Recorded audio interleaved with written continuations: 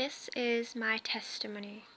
It all began with a thought in my head that I needed to find the existence of God, that I needed to research it.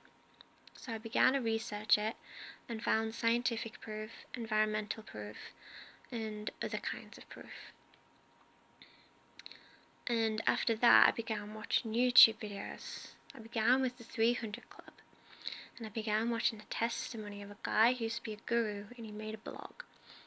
And the Lord spoke to him and told him it was wrong. And so after that, he went to church, and when he came back, he knelt on the grass and he seeked God out. And God came, but in a spiritual sense. And the birds on the tree, it was like they recognized his existence, like they recognized their creator. And he burst into tears and knew instantly that God was there, that the creator was there. And he took his blog down and began making a new blog on Christ only. And after that video, I began watching Sid Roth's Supernatural, and I remember getting goosebumps all over watching this show, and I don't normally get goosebumps when I watch stuff. And I could feel a presence in the room. I could feel something behind me, but there was nothing there. I began to watch it anyways, and I was so intrigued by it. And then at the end they asked to pray, and so I thought that I would pray with them. And so I made a prayer asking God into my heart, and I felt a sudden change. It was hard to describe. It was just a sudden change that came about me from that very moment. And after that, things started to change. My way of thinking started to change. And I ended up getting a dream where I was jumping all these grey stones over lava, and then I come to a pallet, solid ground, and I seen this man. He was clothed in bright white, and I start to look up to him, and he has long brown curly hair like a rock star, and he speaks to me and tells me that Joy, he can't be saved.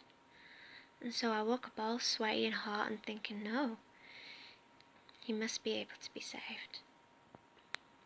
So I stayed in this relationship, and it ended up getting worse. It ended up getting more violent. So a few months after that, I really thought about a few things and thought that I needed to end this relationship. And so I did try. I tried to end things with him. And then I heard the voice of God telling me that I should get out. I should just go right now. But I listened to the man I was with at the time, and he convinced me otherwise, so I ended up staying with him. And then it got much worse. His anger got worse, the violence got worse, and I thought again. I thought that I really need to think about a few things. Do I really want to be in a relationship where it's just violence and anger, and where I can't be freely worship my Lord? And so I really thought about it, and then he asked me if I spoke to my mum, whatever I needed to speak to her about. I told him yeah, but I was going to tell him that I needed more time. But suddenly it was like something just took over my body and spoke for me. He said that I think that he's very wrathful and that I can't be unequally yoked with him. And then it was like I had control of my body. I was in shock. And the man I was with said that I took that from the Bible. And he was very angry, very full with wrath and rage. And I spoke to God at that point and said, Lord, you're going to have to give me the strength, because I don't think I can walk out this door without you. And so I suddenly got strength and I didn't let him change my mind that time, and was able to get out of that relationship with the strength of the Lord.